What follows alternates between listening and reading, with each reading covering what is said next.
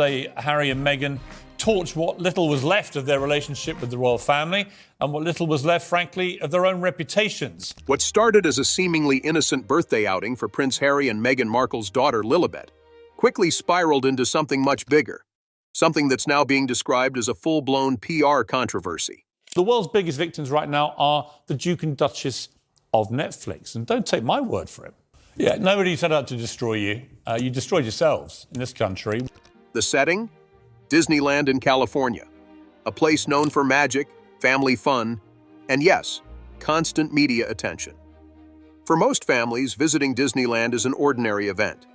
But for Harry and Meghan, who have consistently voiced concerns about media intrusion and their desire for privacy, the choice of venue raised a few eyebrows. The family was spotted on June 4th, strolling through the park under the California sun. On the surface, it looked like a happy family day out. Prince Harry, Meghan, Archie, and little Lilibet appeared relaxed and casual. But the photos that emerged didn't come from a family friend or an official spokesperson. They were blurry, paparazzi-style images that somehow managed to land in nearly every major entertainment outlet within hours. People immediately began questioning whether the moment was as candid as it appeared. It's no secret that Disneyland is one of the most photographed places in the world. Visitors are constantly taking pictures, and paparazzi know it's a hotspot for catching celebrities off guard. But Harry and Meghan didn't use any of the discreet entrances available to VIPs, nor did they request a private tour, something that's fairly common for high-profile guests. Instead, they walked through public areas, right in view of everyone. This stood out for many reasons. The couple has spoken openly about their discomfort with the press. They've also taken legal action in the past to protect their children's privacy. So the decision to visit one of the busiest, most public spaces in America on such a significant day, Lilibet's birthday, seemed to some like an intentional move. It wasn't just about where they went, but how they were seen. Photos of the family began circulating quickly. Many outlets ran stories with headlines celebrating the wholesome family moment. But there was a twist. In most of the published images, Archie and Lilibet's faces were blurred. This added fuel to the growing speculation. Some people saw it as a way to control the narrative, offering just enough access to generate interest, while keeping just enough hidden to maintain a sense of privacy. This blend of visibility and secrecy didn't sit well with everyone. Critics pointed out what they felt was a pattern, that is, showing the children in public settings for positive press, only to blur their faces later to create a privacy shield. It raised questions about whether the family was being selectively private, and whether that approach was starting to lose credibility. One of the loudest reactions came from broadcaster Piers. He didn't mention Harry or Meghan directly, but his social media post strongly suggested who he was referring to. He criticized celebrities who, in his words, post their children online for attention and then blur their faces as if protecting state secrets. "We see you," he wrote. The post quickly went viral. What followed was a wave of commentary from social media users across platforms like X, Instagram, and Reddit. Many echoed the same sentiment. If privacy is a top priority, why make such a public appearance on one of the most documented days of the year? One comment summed up the feeling by saying, "If you don't want attention, maybe don't stage a family moment at Disneyland." Another referred to it as Kardashian-level PR with a royal twist. Notably, even some longtime supporters of Harry and Meghan began to express doubt. It wasn't just about the photos or the blurred faces, it was about the timing, the location, and the message it sent. For a couple who had built a large part of their public narrative around the idea of stepping away from royal life to protect their family's privacy, the Disneyland visit didn't quite align. Insiders from within Disneyland later added more to the story. A few reportedly noted that the couple's security detail and entourage were unusually visible. Certain photographers were seen in just the right places at the right times, raising further questions about whether the whole thing had been coordinated. While there's no confirmed proof of a planned shoot, the combination of factors led many to draw their own conclusions. This wasn't the first time the couple's public and private lives appeared to blur. In the past, They've shared carefully produced documentaries, conducted in-depth interviews, and released personal photos to the press, only to simultaneously condemn the media for overstepping boundaries. Critics argue that this dual approach creates confusion. Are Harry and Meghan public figures using their platform to promote causes and tell their story, or are they private individuals who want to be left alone? The Disneyland moment brought that tension to the surface once again. The public response made it clear that the narrative is no longer as tightly controlled as it once was. People are paying closer attention to the decisions being made, especially when those decisions appear to contradict earlier statements. Supporters of the couple argue that they have every right to enjoy a day out with their children, regardless of how public the location is. After all, just because they are public figures doesn't mean they should have to live in hiding. They point out that the criticism often feels disproportionate or unfair, especially when compared to how other celebrities are treated. Still, the backlash surrounding this particular outing suggests that there's a growing fatigue with what some see as a pattern of carefully curated appearances. The timing, the presentation, and the aftermath all led people to question whether the family outing was truly about celebrating a birthday, or if it was about shaping public perception. This is a complicated situation. On one hand, Harry and Meghan have faced intense media scrutiny for years, some of which has crossed serious ethical lines. On the other hand, they've chosen to remain in the public eye in very specific ways, launching media ventures, publishing memoirs, and appearing in interviews that go far beyond what most former royals have done. In that context, every public move they make is dissected, sometimes fairly, and other times harshly. But the Disneyland visit stood out because of how it seemed to contradict the couple's stated values. The location was packed with cameras. The images were widely circulated. And the timing, just days before a major royal event in the UK, seemed almost too coincidental. As public figures, Harry and Meghan walk a tightrope between being accessible and being private. They've spoken about how damaging media intrusion has been to their mental health and their relationship. At the same time, they've also chosen to participate in highly public platforms to tell their story.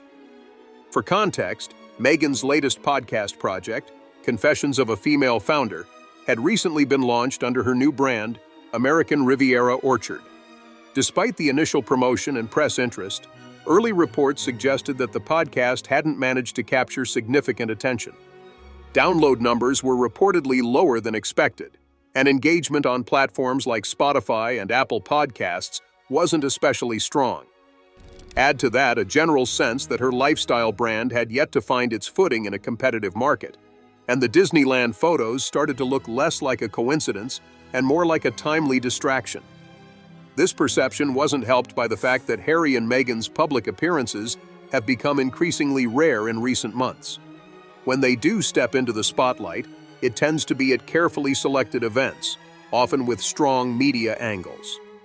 Whether it's a gala, an award show, or a media interview, the Sussexes usually choose their moments with care. So for them to turn up at one of the most public places in America without any attempt at privacy measures struck many observers as deliberate. It wasn't just the public making these observations. Reports began circulating that insiders at Disneyland noticed something different about the visit. Several sources claimed that parts of the park had more photographers than usual, many of whom appeared to be waiting in just the right locations. While there's no hard evidence that Harry and Meghan tipped anyone off, the circumstances raised questions. Paparazzi don't usually operate with that level of precision unless there's a heads up. To some observers, it was like watching a teaser for a reality series unfold in real time. Only this one involved two former working royals and their children. The incident opened up a broader discussion around how public figures manage their image, especially in a media environment where attention is currency. For celebrities and high-profile personalities, controlling the narrative is often a full-time job. Public appearances are no longer just casual moments. They're often used to shift public perception, promote a project, or distract from negative press. Some critics argued that this Disneyland appearance was an example of exactly that. Meghan's podcast and brand had struggled to gain momentum. News cycles had started to move on, and according to royal insiders, the family was becoming increasingly concerned about maintaining public relevance outside of the royal structure. So, when a polished yet candid family outing appears right before a major royal event in the UK, Trooping the Colour, it's not surprising that people questioned the motivation. This suspicion wasn't helped by the timing. Trooping the Colour is a long-standing royal tradition, held in honor of the monarch's official birthday. It's one of the most significant events on the royal calendar, drawing attention from around the world. According to some palace insiders, the Disneyland photos landing just days before this event felt more than a little strategic. The theory was that the Sussex outing was designed, intentionally or not, to compete with the attention being directed at King Charles and the rest of the royal family. From a public relations standpoint, this is not without precedent. Harry and Meghan's critics have often pointed out that their major announcements, documentary releases, interviews, book launches, have occasionally overlapped with royal events. This leads to accusations of trying to steal the spotlight, whether consciously or not. But even beyond royal protocol, the Disneyland photos caused confusion among Harry and Meghan's supporters. For those who have defended the couple's choice to step away from royal life and maintain boundaries around their children, the public family outing seemed inconsistent. The message they've shared has always been about protecting their kids from the scrutiny and pressure of public life. That's why the decision to show up at such a high-traffic, high-surveillance location struck some people as contradictory. It's worth noting that raising children in the public eye is a complicated issue for any high-profile family. Celebrities from both sides of the Atlantic have wrestled with how much of their children's lives to share. Some go completely private, keeping their kids out of the media entirely. Others post photos or bring their children to events but ask for certain boundaries to be respected. Harry and Meghan appear to be attempting a hybrid model, sometimes showing the children, sometimes not, depending on the context. But as this situation demonstrated, that approach can be hard to manage and even harder to explain. Observers also pointed out the emotional patterns surrounding their public appearances. Whenever a project or public image effort seems to falter, be it a podcast, a book, or a brand launch, there tends to be a family-centered media moment not long after. This has led to a perception that the children are being used as part of the media strategy, not in a malicious way necessarily, but in a way that feels increasingly calculated. That perception is damaging, especially when privacy has been such a central part of the couple's public messaging. In the case of the Disneyland visit, even Meghan and Harry's more moderate supporters expressed disappointment. Some questioned whether it might have been wiser to choose a more private setting, or to keep the outing off the media radar entirely. After all, there are plenty of ways for public figures to enjoy a day out with their families without attracting attention, especially if they take steps to avoid known paparazzi zones. From a broader perspective, this situation highlights the difficulty of navigating life in the spotlight after stepping back from royal duties. Harry and Meghan are still globally recognized figures. Everything they do is going to be examined through a lens of public expectation, especially given their past statements. The challenge is finding a way to live a semi-public life while maintaining credibility and consistency. What makes this even more difficult is the lingering pressure to remain relevant. Without the support of the royal institution, Harry and Meghan have had to carve out their own identity in the media world. Their Netflix deals, podcast ventures, and public appearances are now their main platforms. That means every photo, every event, every quote carries more weight. And if those actions are seen as inconsistent, people notice. The Disneyland outing may not have been a crisis on its own, but as part of a larger pattern, it adds to the growing narrative that the couple's public and private personas are increasingly at odds. It raises difficult questions about how they plan to manage their image going forward, and whether their approach to privacy and publicity can coexist. Ultimately, public opinion seems to be shifting. The initial wave of sympathy and support the couple received after stepping back from royal duties has evolved. Today, there's more skepticism, more scrutiny, and less automatic support. People want to see consistency, They want to believe in the authenticity of the message. When that belief starts to waver, it becomes harder to sustain a positive public image, especially in a media landscape that moves as quickly and critically as ours does. This latest moment in the Sussex narrative touched on a nerve that has been building for some time. There is an ongoing tension between the couple and the rest of the royal family, a tension that's been inflamed by public interviews, lawsuits, documentaries, and Harry's memoir. For those still within the institution, each new controversy involving Harry and Meghan brings fresh complications, especially when those controversies risk overshadowing official royal engagements or dragging the family's name back into media cycles they'd rather avoid. Trooping the Colour, a major annual event held in honor of the monarch's official birthday, took place just days after the Disneyland visit. For the palace, the timing of the Sussex outing was viewed by some as suspicious. Royal watchers and insiders speculated that the release of photos, particularly of the children, who remain a subject of significant public interest, could be interpreted as a move to capture attention at a time when focus was supposed to be on King Charles and the royal family's ceremonial role. The decision to visit such a high-profile location, combined with the rapid release of images across major media outlets, raised questions within the royal household. One source close to the palace reportedly described the reaction as deeply disappointed, while another said King Charles felt embarrassed by the optics, especially because the name Lilibet holds such strong ties to the late Queen Elizabeth II. The Queen's childhood nickname had been used by Meghan and Harry for their daughter, an act that had already caused friction when the name was first announced. Back in 2021, shortly after the birth of Lilibet Diana, Buckingham Palace made it clear that Harry and Meghan had not asked for formal permission to use the Queen's personal nickname. While the Sussexes claimed they had her blessing, palace representatives issued a rare public statement correcting that narrative.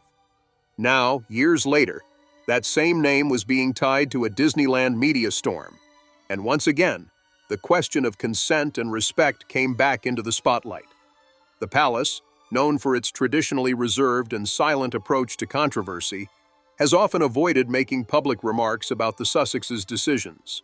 However, insiders suggest that patience may be wearing thin.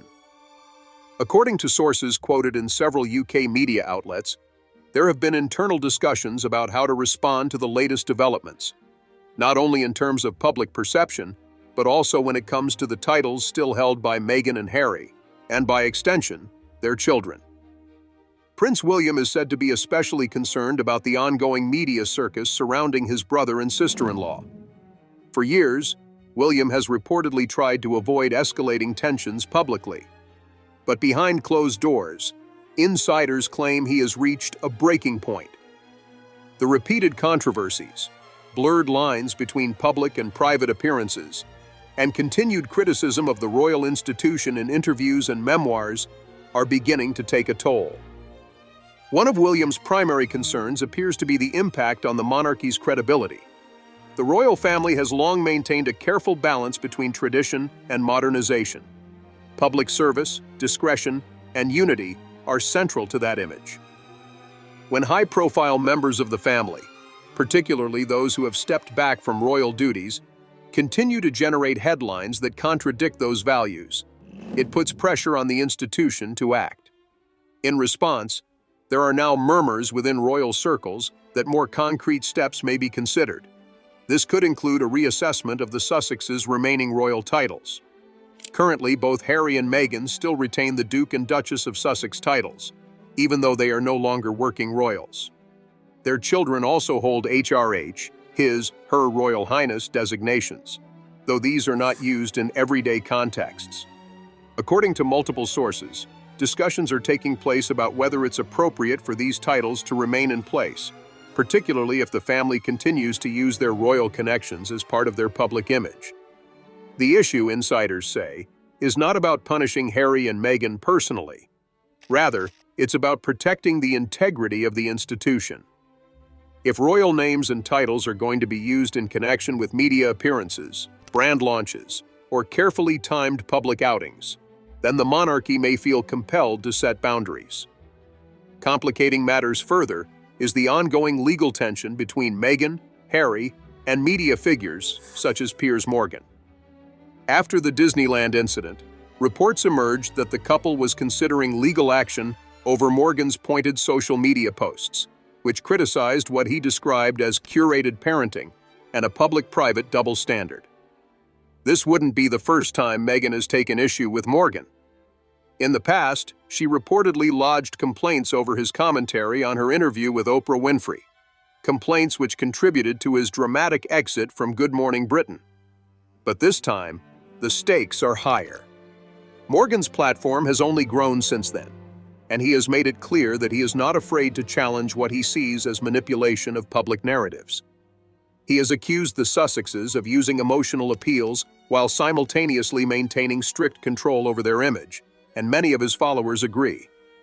While the legal side of this tension remains speculative for now, it represents another layer of pressure in a media environment that's becoming increasingly unforgiving.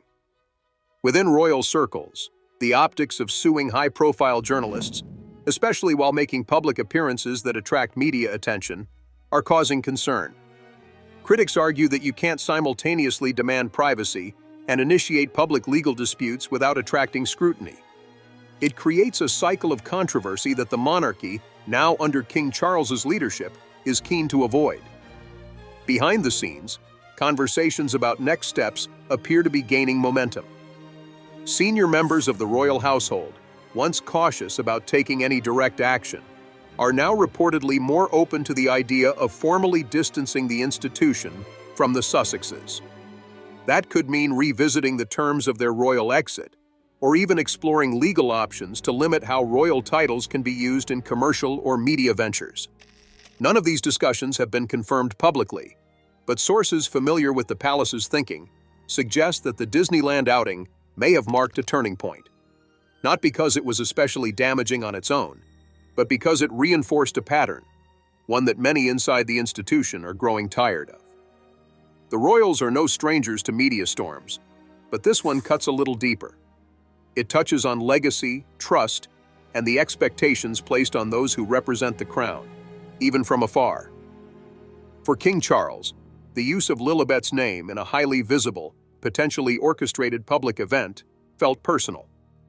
For Prince William, the ongoing media drama is beginning to look like a liability. And for royal aides and courtiers, the question now is how to manage the narrative without making the situation worse. The result is an atmosphere of rising tension. The once tentative hopes of a quiet private life for Harry and Meghan seem to be clashing with the demands of public life they haven't fully left behind. And as each new chapter unfolds, the pressure on both the Sussexes and the palace grows stronger. When the Duke and Duchess of Sussex stepped back from royal duties in early 2020, their decision was framed as a move towards a more private, independent life. The narrative at the time was clear. They were choosing family over duty, mental health over media pressure, and freedom over formality. Public sympathy was strong. Many people admired their decision to walk away from an institution that they felt had let them down. For a while, it felt like a genuine attempt to redefine what a royal life could look like outside the palace walls. But now, more than 4 years on, that message has become increasingly difficult to pin down. Instead of clarity, the couple's public image has become murky.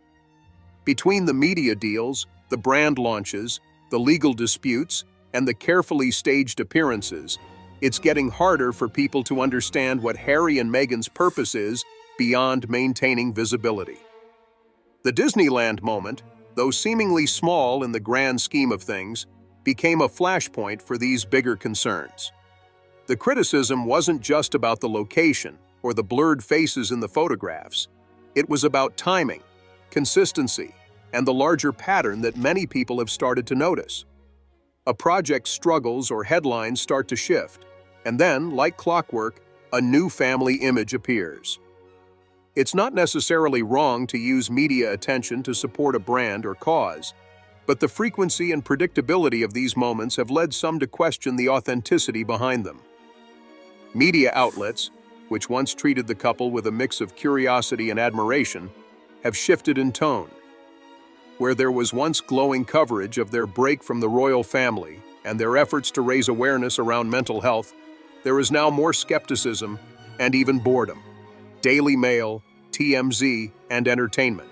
Tonight all ran stories featuring the Disneyland images, but none of them leaned into the heartwarming family narrative. Instead, the headlines were tinged with doubt. Words like staged, calculated, and contradictory popped up frequently. Even major media brands seemed to be signaling a change in public mood. This shift is crucial. Once a couple loses the benefit of the doubt from both the media and the public, it becomes much harder to steer the narrative. Audiences begin to see strategy where there might be sincerity and manipulation where there might be meaning. And when you're trying to operate in both the public and private spheres, that's a difficult position to recover from. Back in London, the effects of this growing cynicism weren't going unnoticed. King Charles, already navigating complex issues ranging from his health to the future of the monarchy, was said to be blindsided by the renewed media frenzy. One royal aide reportedly described his reaction as a mix of sadness and quiet frustration. Not because of the public outing itself, but because the name Lilibet, so closely tied to the late Queen Elizabeth II, was once again at the center of a publicity firestorm. For the palace, it raised uncomfortable questions about boundaries, respect, and the use of royal associations in public storytelling. There have even been quiet discussions, according to multiple reports, about whether more formal actions might be needed to protect the institution's integrity. Some of the conversations revolve around the titles currently held by Harry and Meghan's children. While technically Prince Archie and Princess Lilibet have HRH status, it is not actively used. Now there's said to be serious consideration about whether those titles should be formally removed or at least restricted in use, not as a form of punishment, but as a way of drawing a clear line between royal duty and public branding. For Prince William, that line appears to matter more than ever. Insiders say he has grown increasingly frustrated with what he sees as ongoing provocation from across the Atlantic. The constant media cycles, the interviews that cast the royal family in a negative light, the public contradictions, it all adds up. And while William has generally avoided direct confrontation, sources close to him suggest he is no longer willing to stay silent indefinitely.